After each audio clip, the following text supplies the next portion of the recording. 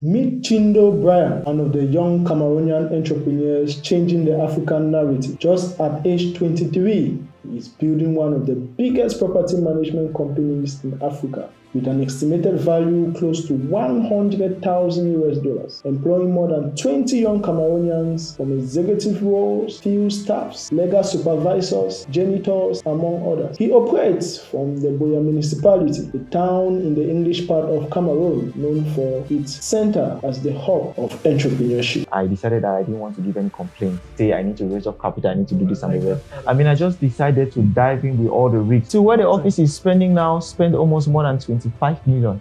And the office, from 500,000, I spent more than 25 million. On the busy street of Boya, while most young Cameroonians migrate from the different parts of Cameroon to study for their higher institutional degrees, known for the multiple higher educational institutions in that town, the students graduate, but most of them remain in the town of Boya to get their hands occupied, as employment is hardly the reality for many. Some are seen starting up petty businesses along the busy main road. Some get deeply involved in the buying and selling of goods on the online space, while others develop skills like makeup, hairdressing, modeling, fashion designing, among others, which are of course known to be the model activities that accompany the industrial town of the city. But this was not the case for young Chindo, as he dared to venture into something quite unprecedented among youths of his peers. I needed a capital of like millions for the management system, the tech and everything. But I didn't have the money. That's when I looked for investors. I didn't see any of them, and then I decided that I should start with what I started. So that is how the idea came out. I was in the shoes of the property owner, I was in the shoes of the landlord, and then I decided to judge. You know what I decided to do? Rather than being the property owner or rather than being the tenant, I decided to be an intermediary between the both of them. I had the time to sit down with young Chindo to take a close insight to his day-to-day life, his background, the challenges he faced while building his mega empire, how he manages to start, build, scale, and venture into something so big that is not only putting food on his table, but is bettering the life of many other young Cameroonians.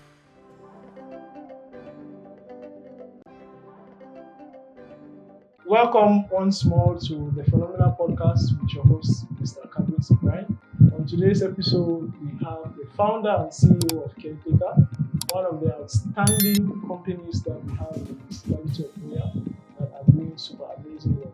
And to not bust the bubble all at once, we will make welcome our guest in the person of Mr. Chindo Bryan. Thank you, welcome very much, sir. Thank you, sir. Thank you. Thank you for the opportunity to be on the podcast. It's always an honor. You're one person that I've always been longing to meet with you. We've had a series of times where we've been trying to see that through, right? Exactly. And he's a very busy young man. He's all over the place sometimes. So when we had the opportunity to be able to have this moment with you, we could not help but make it become a reality. Yeah. So you're welcome. Thank you. Thank you, sir. Thank you. So we would really be delighted to get to know who Mr. Chindo Bryan is. Okay. So it's just a young man who decided to start doing something at a fairly young age.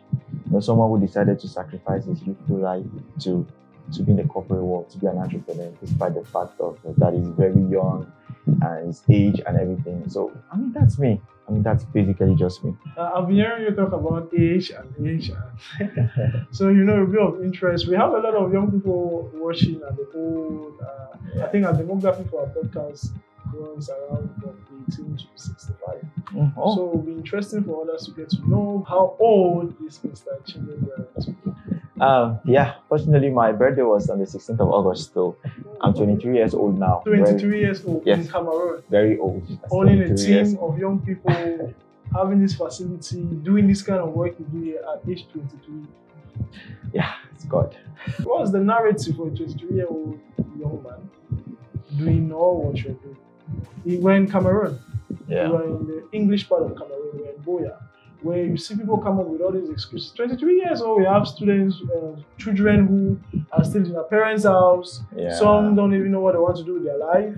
Some are still totally dependent. So how do you change that narrative being a 23-year-old and not just being independent, but putting food on the tables of others? Actually, I just think I should start when I was 22 because that's when I started when I was 22 years old. And I think that I'm not really coming to change any narrative. Yeah. I think the narrative is already there.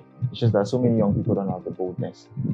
And I don't want to blame young people because there are so many difficulties trying to achieve something at a very young age. The fact that the experience is not there, the fact that the money, the capital is not there to start the business, it's because there are so many young people who have so many amazing ideas. But now they cannot start because of the challenges. So I don't want to change any narrative. Okay. I just want people to see me like somebody that is trying to do it. And they can also try to do it. They're not afraid either they want to fail or they don't fail. They just want to do something. I'm just happy that at least if I die today, it's going to be that I try doing what I always wanted to do. So that's what is to me. It's not changing the narrative. Owing to the fact that you are that young at 23 as declared on the podcast here, and you're recording so much success. Indeed, it's a phenomenal and amazing endeavor for other young people to be able to emulate.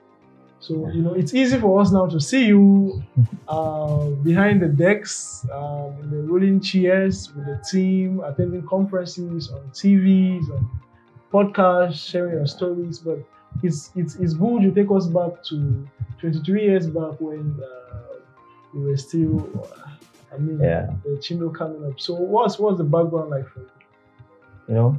The background for me, it's I don't want to describe it in one kind of way, but you get it through the course of the story. Everything started in 2002, August 16, when I was born. Okay, I was born in Bamenda, in Bafut. Yes, to my mom and my dad. Very, very young parents, if I must say. So, but back in Bamenda, it was a very good childhood. It was okay, because my childhood in Bamenda started with soccer, football playing. So I used to really play a lot of football when I was younger. That was in Bamenda. I used to play football. I have a very good friend who is Chindo John Bosco now, the one who won the Cameroon Ballon d'Or. I was playing football with him. We played very well. We played so much football. And back then I was thinking that I'll be a footballer. But then I didn't go through with that. And now let me just fast forward to when my parents moved to Boya. When we came to Boya, everything about me changed. I grew up in a musical childhood kind of background. Everywhere around me was music. My younger brother, my elder brother, all of us know our house went to music. We grew up in the Catholic setting of growing up in seminaries, Catholic schools, growing up with reverend sisters, with nuns, with priests. Just into the section of religion and everything like that. So and that's when I learned how to do so many things, to sing. So many people who know me back then in Bishop Rogan. I used to teach music when I was in Form 1.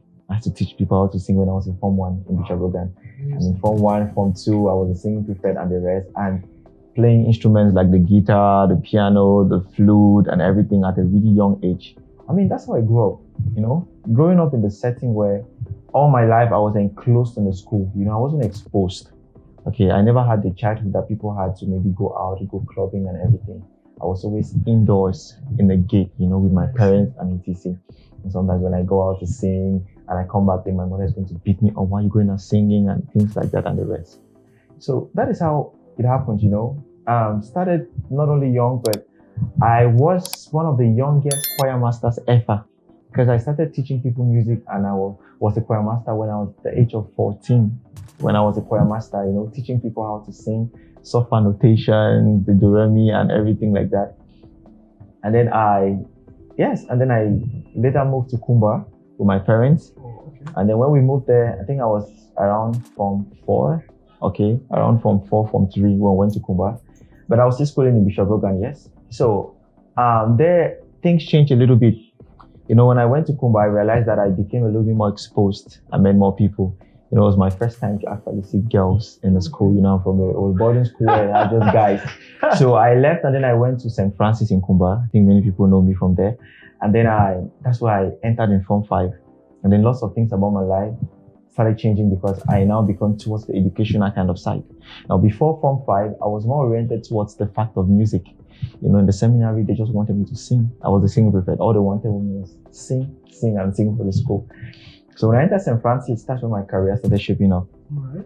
But at the younger age at Form 5, I just did what I wanted to do. I mixed so many subjects. I wrote my ordinary level. I passed on the highest points in my school back then. When I was successful in the advanced level, I came to the University of Boya. So the university took me for accounting, but I didn't do accounting courses. I went to the university and I did the courses that I wanted to do. I realized something very tricky. Other people have a story when they dropped out of school. My own story is I went to school and I did what I wanted to do. It's a kind of different line. You see most young entrepreneurs are like, I had to stop school, I left Harvard and the rest. But my story is kind of different because I did not really stop school. Rather, I went to school and I decided to do what I wanted to do. I decided to do the courses that I wanted to do back then in school. And after school, I graduated from school, helped my parents to do the first house. That's when I got involved in real estate. And then opening the company, and then you fast forward to everything. And then, that is how I decided to open a company. That is just me 23 years ago. That's the story of everything before the opening of the company itself. Wow, amazing one. I think you've highlighted a lot of things that I was just itchy to want to touch. Yeah. But of course, I had to be empathetic to listen to every bit of the details within that story. Yeah. So how do you think that your childhood to an extent influenced the 23-year-old Chino that we see now? You made mention of being being always indoors, being the one who could always desist from women until you got exposed when traveling school. But you touched up on a lot of things. So how do you think holistically, your childhood was better preparing you for who you are today? I think my childhood is the most important part of my life. Okay. I got experience at a very young age. When I mean experience at a very young age means everything that happens when I was younger is really defining me now. The fact that I was always in an enclosed space where I couldn't go out, it helps my entrepreneurship journey now. Sometimes I work in my office like 5 days, 4 days, I don't even go out. Sometimes I'm there for a month, I don't go out. For example, for the past 9 months, I've been in my office. I don't even feel anything. For the past 9 months, you've been in I've been in my office, but I don't really feel anything because I'm used to, So I feel like my childhood was preparing me for something great that I did not realize at that age. And my childhood taught me a lot about patience. Yeah, I know. So my childhood taught me a lot about patience. Okay, I had a lot about patience, and the patience that I learned back then is still helping me now. Because to open a company, you need patience. You open a company, and the first 5 months, no clients, and you start asking yourself, can you succeed? Can you do this? So that's how my childhood was. And the musical background and everything, it shaped a lot in my brain. And some people say music has a lot to do with the mind, the brain, and everything. Now, the fact that I learned music, how to sing at a young age, how to play musical instruments and everything like that, it's still helping my brain in a kind of way because it gives my own idea of happiness even when I'm alone. So that's how my childhood shaped me. It's not really, really an interesting childhood, but sure, I had the best childhood I could ever have. Okay. Yeah, of course. Wow. So you were about kicking us from the pivot point where you had to move from all the things you were doing until caretaker. So just take us back briefly into that transitioning moment. Being a young gentleman leaving the university, it's a point in time where we see a lot of young people get stuck and confused as to, I'm done with school, I'm done with academics, what's the next move for my life, what's the next path, right? And sometimes you see others do a whole lot of things. So what was like that pivot point for you when you left the university until it became caretaker now we all see and we all enjoy today? Actually, I didn't start after I left school. I was really planning while I was in school. Then I got to the point where one second semester, I told my parents I didn't need money from them. I sold stuff to my house, sold my TV stand. Okay, you told your parents you didn't need anything. I didn't need money from them, so I sold a TV stand. I didn't even tell you, there was a time back then when I was in Form 5. I think my entrepreneurial journey started there when I started selling gâteau in Kumba Market. So there's some these people that sell for my mom, and then I met them one day. I met my mom, they were complaining. I told my mom I wanted to sell. And then that day I started selling. My mom fried gâteau I carried on my head, went to Fiango Market, went down to Three Corners Market, sold gâteau on my head. The days when I sold 2 buckets of gâteau. Wow. There was even a day when I was... How old were you then? I was like 13, 14. Yes, I was young. So there was a day when I went with gâteau to the market, and then I was new. So I went with gâteau to the market. I had 7,000 francs with me. The bucket of gâteau was like 6,500. So my mother's gâteau was really good. What I did was I went to the market. I shared the gâteau to everybody that was there that I knew that they would buy, traders, for free. 2 gâteau each with pepper. And then I went back home. My mother does not know what to do. I went back home and I gave my mom that money. I'm like, I sold everything. I said, fry 2 more buckets. Then I went to the market and then I sold everything. Oh, okay. you had money, you purchased the first The bucket first, of gâteau and I gave it for with your free money. for people to So taste. that was like a market. Of course, yes. So I mean, they tasted everything, and then it was good. And then when they did that, I came the next time, and that time they knew me already in the market. So I come and then I sell gâteau. I used to sell. I sold on the street. So there were times where I sold, and then a robber even came and stole the money from me.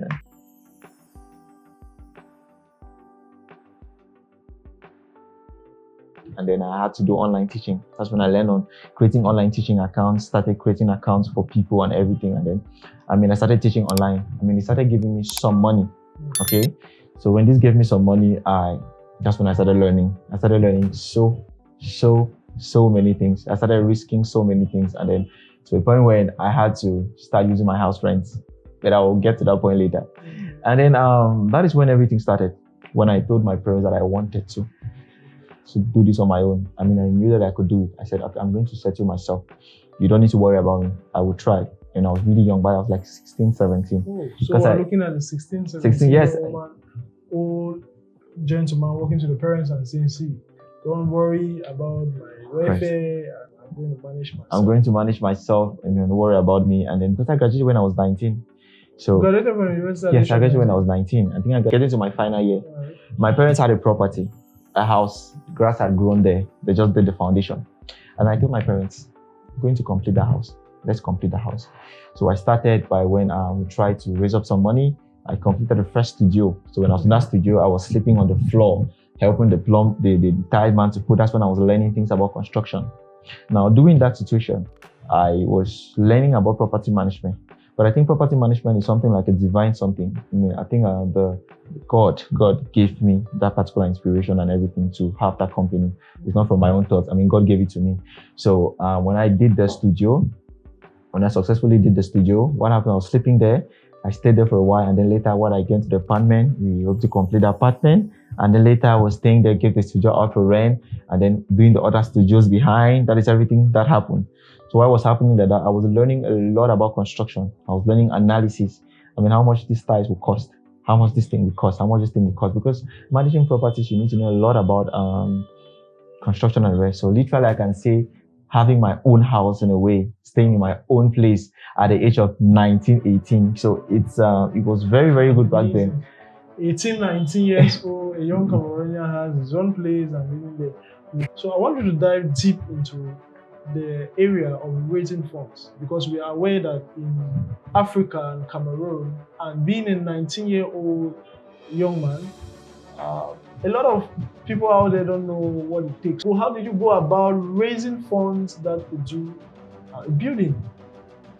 Yeah, I won't really say I raised the funds a lot. Of course, my parents really helped me, so supporting with the funds. But then, our online teaching helped me a lot. Online teaching white people online, creating teaching accounts for people. They literally paid me to create teaching accounts for them. I must say, raising funds as a young person is very difficult. It's one of the most difficult things I've ever imagined in my life. Sometimes I just sit and I'm like, why did I even decide to be an entrepreneur? Maybe I would have just used my high GPA to have a very, very good job because I got offered an opportunity in Dangote Cement, to work there because of my results and everything, and I turned it down. So raising funds as a young person, it's very difficult that time, I had to sacrifice. Sometimes I don't eat, I even sold food in my city. Oh, I used to. This is a young man who got an opportunity to work with Dangote Cement. Dangote Cement, that happens to be one of the biggest conglomerates that we have in Africa, owing to your academic juniors, and yet you turned it down. So was it like you had a forecast of the future, or was it some circumstances at the time? Could it be a problem of timing? Or what? Take us a little bit deep into that, because an average young person living in university, of course, we know we just want to pick up a job, we want to work. So what was the mindset at that time that could let you turn down such an amazing opportunity? I think my mindset has always been entrepreneurial. Okay. I think there are some people that they are born to be entrepreneurs. Some people are born to be entrepreneurs. Yes, some people are born to be entrepreneurs. Yes, and I'm one of those people that I felt like my life, I was born to be an entrepreneur, because if you look at my life at the age of 14, when I started selling gâteau, raising money, doing that kind of business, come to university, selling rice and beans in my city without meat or fish. Going to the aspect where I started a yogurt business, where I used to use soya beans to make yogurt. Go to schools like Sase, supply, went to Bishop Logan, went to Sase to supply yogurt. It used to be called soy bliss. I think I saw some of those pictures. I used to make yogurt from soya beans because I didn't have enough money to buy milk. I'm like, okay, I could buy soybeans, these soybeans and the rest. I used it to make yogurt. I used to call it soy bliss. I made it with strawberry and etc. So I tried like different things I've tried doing. Okay, all these things I'm not born to work for somebody. Okay, I'm not born to be under somebody. And I'm born to build my own team, build my own business, build my own people. And that is how I was created by my creator, yes. So and that's me. Amazing. I told you you're going to have an amazing time. Very inspiring story. It's our culture on this podcast to be able to tell amazing stories that inspire young people for them to take action.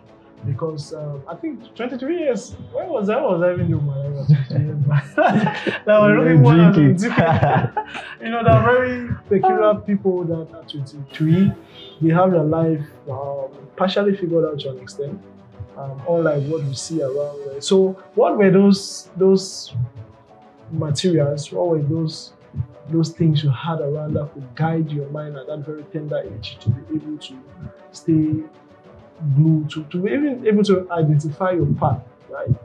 There are people who I know personally who are above 30, and trust me, they don't know what they want to do with their life. So how are you able to discover what you knew your life course was, your vocation would be at a very tender age? To be honest, I didn't know at a tender age. Sometimes I wanted to be a dancer. I used to be in Cameroon Dance Academy. Sometimes I wanted to be a musician. I don't want to say I knew from the start that I'm going to become an entrepreneur. So you say you stumbled into entrepreneurship? I don't want to say I've stumbled in entrepreneurship. I think everything is God that guided me. Okay. Right. Everything mounted up to bring you to this moment. Yes, I think it's God that guided me because there's so many things I did back then. I didn't realize I was doing it, but it's helping me now. Like the fact that I didn't study what I was supposed to study, I was studying entrepreneurial stuff and etc. I don't want to say I knew what I was doing. I was just doing those things because I felt like it was easy for me to do. Okay. But then I realized that at a certain point, it was driving me towards this entrepreneurial side. Okay, so I don't want to say I figured out my path. I mean, I just feel like sometimes I like to say I'm very fortunate because God figured out my path for me. All right. He gave me the go ahead to do this and do that. I mean, yes, of course, I did a lot of hard work. I did a little bit of work doing stuff and the rest, but I just felt like I had an opportunity to be an entrepreneur. I had an opportunity and I decided to maximize the opportunity.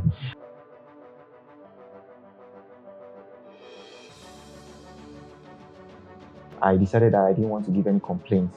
I didn't say I didn't have capital for the business. I didn't say I need to raise up capital, I need to do this and the rest. I mean, I just decided to dive in with all the risks. I decided that I'm a young person, okay? I don't have a family, I'm not married, I'm there. So it's time for me to take that risk, and I decided to just dive all in with all the resources and every single thing. You know what I decided? And I'm like, if it's not working, then it doesn't work.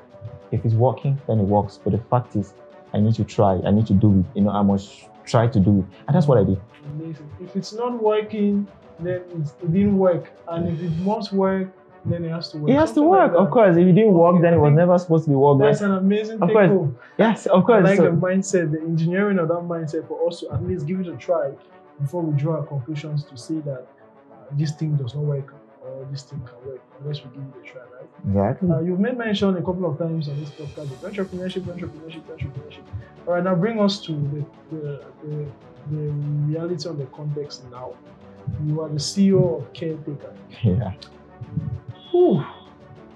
When we hear the name Caretaker, based on where we are coming from, it's no doubt that's had its footprint. It's one of those very pioneering companies that we see that is changing the narrative of how real estate is being done in our immediate community. And walking into the office space, we see super amazing team of young people. Yeah. And sometimes now talking to you, I'm like, how does this young man even put all of these things together? So maybe it would be good we have a glimpse of the inside of what Caretaker is all about. Before going to Caretaker, most important things are some things that before going to the main part, I want to go to the foundation, how it all started. Okay. It all started when I'm a spiritual person, if I may say. So I believe so much in Jesus and God and things like that. So it started when I was I had the business idea I wanted to start. And then I looked for funds to start, I remember when I was with my girlfriend, we're still dating till now, yes. So we wrote business plans at night, we didn't sleep. At night, 2 a.m., 3 a.m., we were writing business plans, trying to see how to get investors. I went every single way I could go to. I went here, I was promised, I'm going to give this money, they're going to give me this money. I was waiting, I had plans to go to the US, plans cancelled, Okay. I literally sacrificed the dream of being abroad, sacrificed the dream of being in the US because of this company. So trying to get investors, promising they're going to give me 30 million, 40 million, 20 million, 60 million, and every single thing. But then most of them wanted my company. Most of them said, I want 60% of the company. Most of them said, I wanted 70% of the company. So getting funds is very difficult. And that's why sometimes I tell young people, if you want to start your business, these older people who have companies, I don't see them as role models to go to them. Okay. To be honest to you, I don't see older people older than me in starting a business as role models. You know why? Because I believe that everybody has their own unique story, and my story is unique, okay? Now the thing is, these people did not help me. I mean, most of these older people in our generation, they see you instead like a threat. And if they see you like a threat, it gets very, very difficult for them to support you. So I'm not saying that they saw me like a threat, but I saw it that kind of way because nobody wanted to support me. The only money I had with me that time was 500,000 francs. Okay. And my girlfriend is my accountant, so she was keeping the money. The records are still there. So I was sleeping at night, and then the Holy God came to me. I mean, he took me to various different countries, and he told me that I should start, and I had to go ahead. I wake up in the morning, and then I had just 500,000 francs. The whole company started from 500,000 francs. You remember the times when you came here and I was telling people to do things right? Yes. I didn't have the money, as I just called Wally, come. I had this office. I think my other brother was there. Unfortunately, when I came to start, my other brother had a small problem where he needed that 500,000 francs to give me an office space for 6 months. Of course, I gave him, and then I had office space for 6 months. I gave him the 500,000 francs, and money was finished. And then I called Wally and the other designers. You were here, I think you came here. Yes, I was like, I want you to do this. I was like, okay, it was getting to millions and the rest. Only the materials were like 700 or something thousand. I was like, you sure say you do that? I said, sir, just do this thing. And then so that was faith speaking. Just do this thing. And then unfortunately, the money was coming to do those things. Okay, the money was coming to do those things. And then I was doing everything. And then to where the office is spending now, spend almost more than 25 million at the office. From 500,000, I spent more than 25 million. And I felt like I just followed the instructions and I respected and I was obedient enough to start when I was supposed to start. Because I felt like, just imagine that I wanted to start caretaker now. You see, the narrative would have been different, right? But the fact that I started when I was supposed to start, that was like 8 months ago. That's where everything takes me today. So that is how caretaker started, from 500,000 francs and dreams. Okay. So from 500,000 francs and a dream, and now we're running a 25 million empire, and you're building it brick by brick. You will be part of that story when we get to the apex to come and tell that story. Of course. I hope you're having an amazing time with our guest, Mr. Chindo Brian, and hearing such an amazing, inspirational message coming from you. I think myself, I feel like, there's some dreams I need to go pick them up from the cupboard and tell myself like, hey, well, it's easy to just keep writing them, having them, dreaming, fantasizing, if I may say them. And when it comes to taking actions and commitments, starting from where we are and looking forward to where we are going to, I think a lot of us are feeling like that. So bring us now to caretaker. What is caretaker? Yeah. Caretaker it's a property management company. We manage people's properties. For example, if you have a property in Cameroon and you're abroad or in Cameroon, and then you don't want to get like a family member involved because of mismanage your money or individuals, you come to the company and you sign a contract. So what happens? We manage your property, we get you the tenants, we collect the rent, do everything in your property. Now, the only thing you're expecting to receive is just money from your rent, your profits from your property. We're doing everything. And we decided to include technology into it. So we're managing properties using tech. Okay, so we have a platform, a system where we're managing property. The property owner sees everything happening in his or her property on the mobile phone. Us here in the company, we have our system, property management system, where we manage properties. Tenants have the application in the phone. We manage the properties here using our system. So we do everything through tech and the system. So we can manage properties from every single location using technology and having an office-based system. Okay, so we decided to Other companies offer property management as a service. Okay. So I decided to open property management as a company. So it's a company that's in charge of managing people's properties. And that is where Caretaker is today. That is what we are doing today. So take us back to the ideation. How did the idea come about, and how were you able to walk through that journey from ideation to implementation to where it is right now? I started the journey of Caretaker by putting myself in the shoes of other people. There was a time when I put myself in the shoes of tenants. And there was a time when I put myself in the shoes of the property owner and the landlord. Back then, when I was in the university, and they gave me money for rent, I took the money and I put in my businesses, and they tried to raise back the money to give the loan. So sometimes, I think a friend, Bradley, was in my house for a time with here, and the landlord came to look for me, and I hid in the toilet. And he was like, where is it for the rent? I was hiding in the toilet, and they told me I was not around, and etc. And then my mind was like, what if this man decided to open this toilet and catch me hiding inside here? So back then I was like, landlords are wicked. I mean, it's not fair. I mean, how do you expect us to pay rent for 1 year? That is enough capital for business. Give us this money to put in business, and then we can pay you monthly. Why will you force us to pay for 1 year? I mean, it happens like that in the Western world. It happens everywhere like that. So why would you want to force us to pay like that and things like that? So back then I was putting myself into the shoes of the tenants. Okay. Like the landlords are bad. And then later when I started doing the fact that sometimes I'll call a landlord, there's no water here. Why is there no water? And that complaint, I felt like he's not managing this property well enough, And then later I had my own place where I was the landlord. And then I started realizing that, wow, this thing is not easy. It's very complicated to do with property. Property is expensive. And because of that, I started doing research, and I realized that most property owners who have buildings, they have not made a single profit from that building for the past 30 to 40 years. And then I cried. I literally cried. Just imagine building a property for 500 million. And then the money you get from the tenants a month is just 1 million. Times 10, that is 10 million. So calculate 500 million, 10 means you need like that kind of 30 years to cover up. And then sometimes tenants don't pay. Sometimes tenants live without paying. So, and then sometimes they destroy the property and etc. So you realize that most of them don't make money. And then I started like, now what can I do for these people to make money?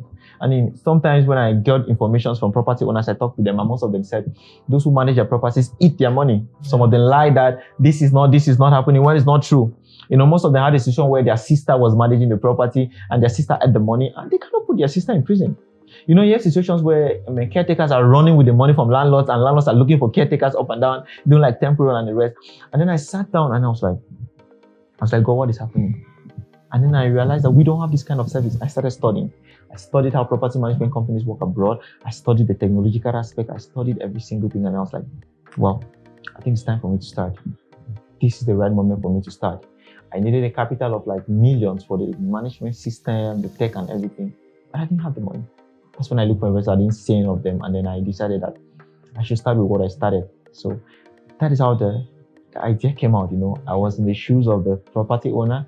I was in the shoes of the landlord. And then I decided to judge. You know what I decided to do? Rather than being the property owner or rather than being the tenant, I decided to be an intermediary between the both of them. You know what they say about it, right? They say the Holy Spirit is an intermediary between us and the Father, things like that. So that is why God said He will go and then send the Holy Spirit to come. And then I felt like, no, caretaker can be in that position. We're the intermediary between the landlord and then the tenant. We're that gap. We're bridging that gap. And that's when I said, oh, why not? It's going to be difficult. I met people, they said, this thing you're trying to do is very, very difficult. It's a both sides. Some people said, we have tried it and we have failed. And I was like, if you've tried it and you've failed, let me also try it and fail. I always give a story saying, these people are selling pop-up and beans on the road. There's a reason why they are still doing it. When you pass on the road, you look at them, you feel like they're not making money. See, the reason why they're still selling the pop-up and beans is because they're making money. Yes. And guess what? I had an interview with somebody and she said she makes over 300 to 400,000 a month from selling pop-up and beans. I'm like, every business that you see people failing, people are succeeding. If everybody in Cameroon has failed in property management, I'm going to be the first to succeed. You know why? I have nothing to lose, but I have everything to gain. Now, if my company fails, I've gained experience.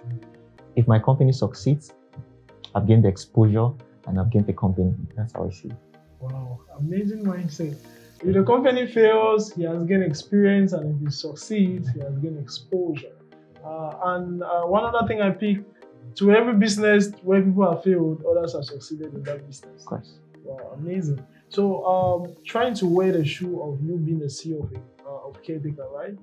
Or of every other endeavor. Of course, we know on easy lies the head that wears the crown, as we hear all the time. So, what are some of those challenges you face on a macro level, as well as on a micro level, as on the day-to-day running? So, what is it like being an entrepreneur in Africa, in Cameroon, and in English Cameroon? What is it like? What are those day-to-day challenges, or what are those overall challenges you face as well? You know what? I don't really want to say there are so many challenges. Now there are challenges, but I don't really see them like challenges. I see them like necessities. Oh, Being an entrepreneur, it's a gift. It's a God-given something. There are some things that you may do and other people may see it as like, oh, this thing is very difficult to do, but to you, it's something really easy to do and etc. So I feel like I don't really want to put it like challenges, but still, there's still challenges. I'll put them like challenges or setbacks rather, because being an entrepreneur in Cameroon, it's very difficult. That's why you don't have so many young entrepreneurs from Africa. That's why I don't see people having businesses at 22 or 21, but it's maybe there abroad, although it's kind of scarce to abroad, but it's a lot. Now, the reason is because, to be honest with you, young entrepreneurs in Cameroon, especially, in the Anglophone regions especially, were not supported. Entrepreneurs are not supported. Nobody supports us. Okay. You are all alone in this journey. I have friends abroad that they have companies that the government supports them. The government reduces them taxes. They give them tax-free periods and everything. But in the case of Cameroon, young entrepreneurs were not supported, especially in Anglophone regions. The government does not support us. Okay, sometimes we're left in this kind of isolation. And sometimes you sit and you ask yourself, why were you born in this country? Why are you here? Nobody wants to support you. Everybody leaves you in this isolation, like you're on this island and you're alone. Sometimes you feel like you're on the desert and then you're trying to look for water, and it's so difficult to look for water that you start drinking your own spit and everything like that. Entrepreneurship in this region is very, very difficult. You're a young person, you're going to face many difficulties. One of the first difficulties you're going to face is the difficulty from the system that you're in. You're in a system where you're not funded by. Okay. That you're supposed to fund the taxes of the system. I don't know if you understand. Yes. A system where you're starting a company to get capital for your business is so difficult. Some people are like, these young people, you're useless, you don't know what you do. No, young people are not useless. We have so many things we want to do, but there's no money to do it. I mean, we'll say everyone has their own problem. Everyone has their own problem. There's no money to do it. There's no encouragement to do it and everything. These things are not really there. And then you get to a point where you're opening a company and the first thing the government does is they come and collect taxes from you. Can you imagine I opened my company, the first month I went and they were asking to pay tax of course like 800,000. But from what I know is there's a year of exoneration, and now the tax system in Cameroon is you do tax declaration and you go declare your taxes. So to an extent, is that really very much of it's a very big factor, To me, I don't really see like a big factor because there are ways that I can navigate around that as an entrepreneur. There are other ways you can navigate. Because tax avoidance, it's a problem, but there's a way that you try to reduce the amount of taxes you pay based on your systems that you've put in place, yes? So, but the thing is, the way you say it, the way the system shows it, is not the reality. Oh, all right. The fact that you're exempted from tax for 1 year, do you think 1 year is actually enough? It's not enough. I mean, if you want to compare with other big companies, sometimes you need to maybe lower. If you're taking 10% property management fees, you need to go take 5% so you can compete and have clients. But now if you're in a situation where they give you just 1 year, now the 1 year taxes is just the taxes from the profits of the company. Now, the other taxes you pay. If you're renting an office space, you have to pay tax for the rentals. You have to pay other taxes for the localization plan and etc. that you need to pay. And those taxes are rounded up to about 800,000. Now just imagine the following year when I'm to start paying the other taxes for workers and the residents, I'll be paying millions for taxes. Do they even know how much I make? I'm not even analyze how much I make and everything. But you're asking me taxes for the kind of amount. So it's a discouragement to young people. I won't lie to you. Now the thing is, the system looks at it and it feels like, oh, it's good. But I'm not saying any young person should complain and say because of the taxes you're not going. Nah, it's okay to pay taxes for your country. Nah, people should not complain. No, don't complain. Because of the taxes, they should not take Of course, don't complain because of the taxes, but somewhere they came to close my company because they were asking for taxes for 2024. when I opened my company in 2025. Now, are you expect me to pay taxes for 2024 when I opened in 2025 and you bring a disclosure letter that my company should be closed and etc. So you realize those kind of setbacks from the government itself. You have no support from them. Banks don't want to give you loans. Sometimes I went to the bank, I was like, give me 20 million. Like, what? Why? Why should I give you 20 million? They don't want to give you. You're not a government worker. You don't have a constant salary that is passing. So why would they want to give you money? But what I know is the banking systems are there to make money through giving out loans. Meaning they have a modality as to how their customers should apply for loans. And if an entrepreneur is positioned to take advantage of that opportunity, then of course you'll be granted a loan. So should that really be an independent factor altogether in its own? The inability for young entrepreneurs to take work? Or are you looking at a structured system where for a startup, the loan requirement should be very different from an established company? Can I ask you something? Yes, sir. A 16-year-old or 17-year-old young man walks to you. He has no asset. He has no support. He has no house. He has no land. He needs to start his company with 20 million. Sure, the bank, would you give him money? To be honest, I won't give 20 million. You know why? Personally, my take, right? I believe in what I call skin to the game. In our journey of entrepreneurship, we want to see you put your skin into that game, put your sweat and your blood. Show me track record. Show me that I turned 50,000 to 500,000. I took that 500,000 over a span of 2-3 years. I turned to 5 million, and now I'm looking for 20 million. With those track record, it gives any investor a sense of confidence, a sense of clarity. And remember, we don't borrow money to start a business. We borrow money to scale a business. I would want to see someone put their money and fail 2 times, 5 times, 10 times, know what works, what does not work, figure out things, fine-tune things, and then now walk to someone and say, look, this is it. So if a 16-year-old has been able to go through that process, then of course I'll be able to take my 20 million and do the question. Bank does not work on your emotions. Of course. Bank works on what you have, what you have to offer. What do you have to offer? The reality is, banks in Africa and Cameroon don't fund young entrepreneurs. Some credit unions may fund you if you have an account with them in the office, you're saving with them, right? And then they say, okay, take 200,000, 300,000. But can you really think 300,000 can start a company like this? You just use the money to do things like Cameroon generally need to pay back the money. Now, you go to a bank, and I literally went to a bank manager at one bank, I don't want to call the name, and he literally told me, we don't fund startup companies. Good. Now, you see that you yourself, you cannot fund the startup. Yes. Because they are not. Now, so how do you expect us to do as young people? It's complicated because we're starting. We don't have the money. We need funds to start this thing. You need money for your business. It's a necessity. Now, the banking system in Cameroon to apply, they need things like collateral. They need things like, especially collateral. When you're a young person, how should you have a collateral of a house at 16 or 14 or 15 or 20? Where will you get the money from to build a house? So it's very, very difficult to get these loans. And then the interest rates are so high. Interest rates are high that you're taking this money to do a business that may succeed and may not succeed. And if it doesn't succeed, you still need to pay the bank. Now the bank is like, you're a young man, you may not succeed. So you need a guarantee that will sell something to get our money back. So the way it works in theory, when you're into the entrepreneurial world, it doesn't work like that. Mm-hmm. The single skill that I have as an entrepreneur is that I have the skill of getting money for my company. But trust me, I don't get money from the bank. Okay. The bank does not support, honestly. So amazing. What a deep, insightful conversation. So you made mention of the system of governance not being able to be flexible for young entrepreneurs to leave their mark.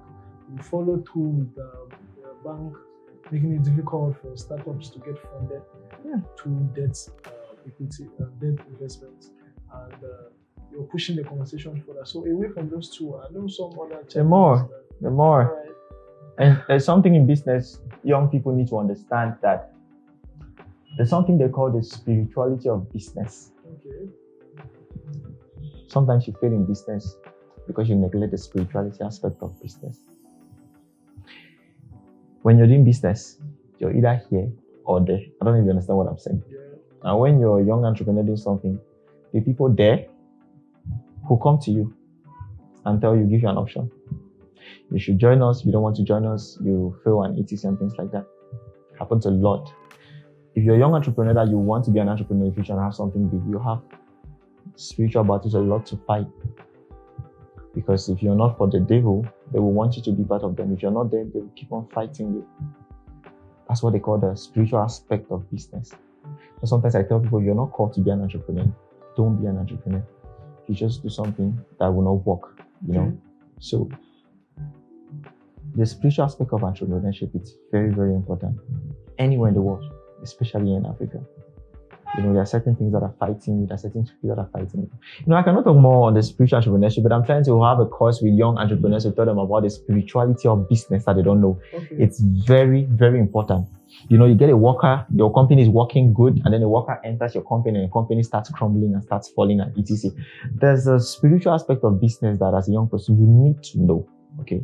So, but I mean, that is another kind of aspect to, you know, a lot of jealousy from everywhere. I mean, people get jealous, you know, you just have this auntie that is jealous that you're doing something and then she wants to do something against you. And all those kind of spiritual forces that are coming towards you, you need to really, really fight them. You need to pray to God. You need to tell God, I beg you, you put me here, Sha, so you take me from here to the next level and everything.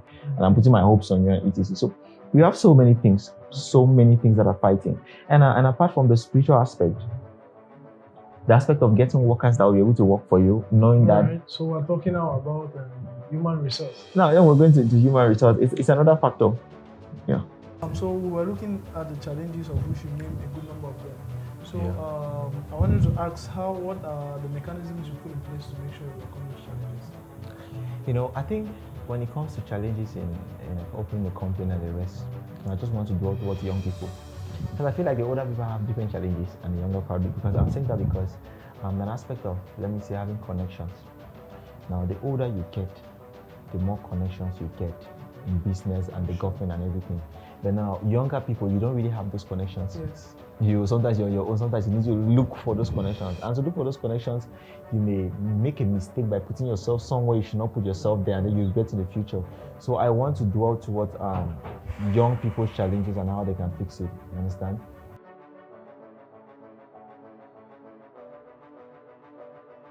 So you were trying to give me some of the mechanisms that you've put in place to be able to manage these challenges. Yeah. So one of the first mechanisms that I said, as I was saying before, that I'm giving mechanisms mostly to younger people. Okay, you can help the older people in case, but mostly going to the younger people because the experiences are different. Yeah. Now, as a younger person, it's like you get into a relationship as a young person. Now, you don't really have that experience compared to somebody who gets in a relationship like 40, when he has had different girlfriends, for example. So the experience and the way it works, it's a little bit different. But let me start with young people. Now, the problem with capital, it's a very, very big problem. But now the mechanism that I do with capital is sometimes as a young person, you have something that works, and then you have something that you want to do it for it to work. Let me give an example. I teach online. I used to teach online. Now, teaching online works because it gives me physical cash and money. But now I have a company caretaker that is something bigger that needs to work. You understand, right? So I will not stop doing what I'm doing because I'm doing this. Yes. Now I'm still doing those other things as a source to get money for this thing I'm doing. Because if the day money stops in the company stops. How will you pay bills? How will you pay rents? How will you pay workers and etc.? So you need to leverage on the other things, other talents that you have. It's like giving an example. If you're a very good singer and then music gives you money, of course, you really want to have your company, but you know singing gives you money. Now you can be singing to get money to fuel your company rather than walking around trying to look for capital and etc. You understand, right? Now it works really like that. Now, the aspect of you getting funds or capital from people, instead of taking your energy, I'm not saying that it works for some people, yes? Some people can get funds, apply for funds and etc.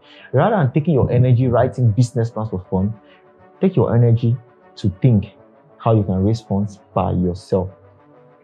Okay. Either you start the take business your with someone. To think how to raise funds by yourself. Yes, by yourself. Either you want to raise funds with, let me say, if you want to start a company, you need 20 million, right? You call like 5 of your friends, okay, let's put 2, 3 million each. Let's do this thing together. If you can't do it. But if you want to do it alone, You should be ready to start doing it, but start with what you have. Don't expect that maybe your business you have to start with 20 million. Is when you have the 20 million together. No, you never do it. If you're waiting to save that 20 million, you never do it. You start with what you have, and then you start growing. Okay. Understand? There's something about it. If you, the more responsibility you have, the more money you have. Money is. Let me get that again. Yeah. The more responsibilities you have, the more money you have. And you don't wait to have 20 million before you get started. You start with what you have at hand, and then you grow along. Exactly. Oh, amazing. Please, I want you to touch on something very important. So, what word can you give another young man out there, or young woman out there, or young entrepreneur altogether, both in their 20s, their 30s, 40s, or what about the older people who are just wanting to start out? So, what word can you give to them out there in the journey of entrepreneurship? The only word I would tell them is, if you cannot be an entrepreneur, don't do it. Everybody must not become an entrepreneur. It's very nice. Can't be an entrepreneur. Don't do it. Yes. Some people are very good with being co-owners. That's why you have co-owners in companies. Okay. Co-owners means you're part of the ownership. Okay. Mm-hmm. There are some people that are not good at entrepreneurship, but you have the money, you should invest in another company and be an investor there. Okay. Some people think they're entrepreneurs, but they are not entrepreneurs. That's what many people are failing to understand. For example, you see somebody who is having a phone shop and is buying phones and selling, and then he calls himself an entrepreneur. Is that an entrepreneur? So to you, who is an entrepreneur, sir? I don't really want to explain that. Being an entrepreneur has various different things. But I just believe an entrepreneur is somebody that is trying to create something different and is trying to actually create a company that adds value in a way. Now, there are so many things that don't add value. Let me give an example. If you're buying phones from A and selling to B, you're not adding value. If you have a property management company, you're managing people's property, what are you doing? You're adding value.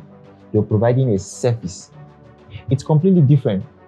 Now, the person that is an entrepreneur when it comes to phones is the person that produces the phones.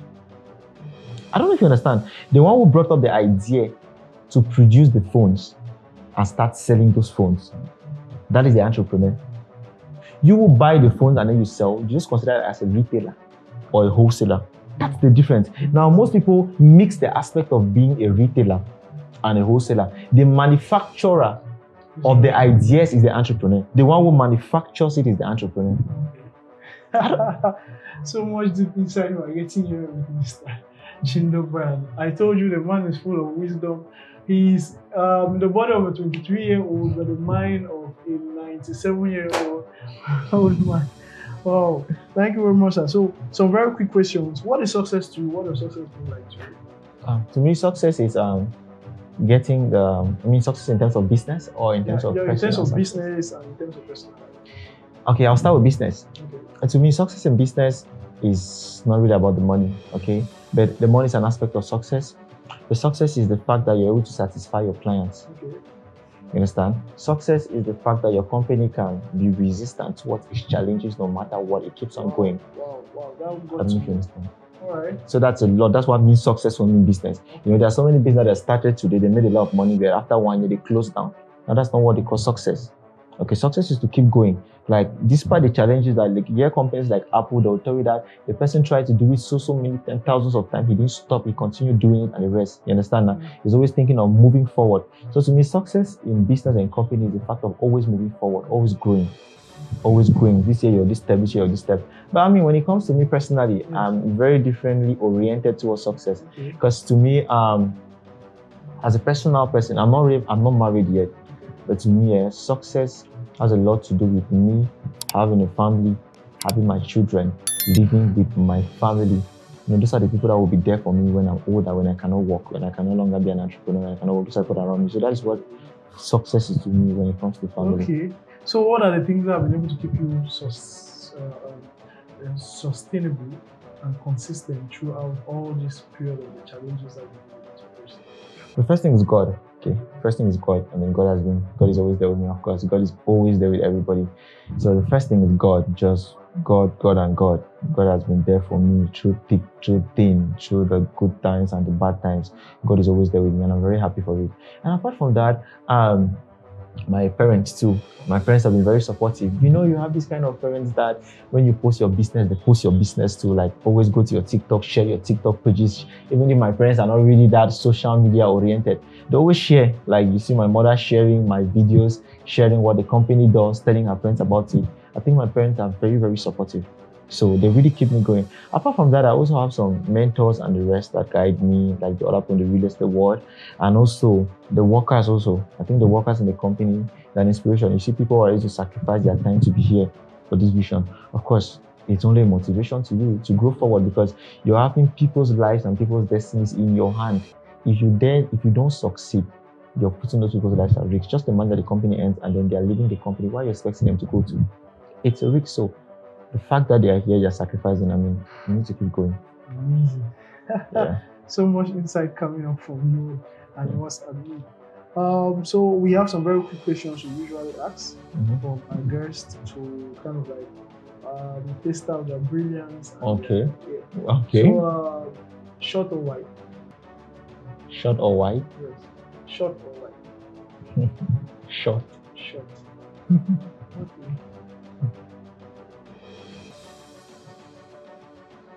Success, kissing the roses, or plowing back? Kissing the roses. Oh, kissing the roses. Oh. Okay, what's your favorite color?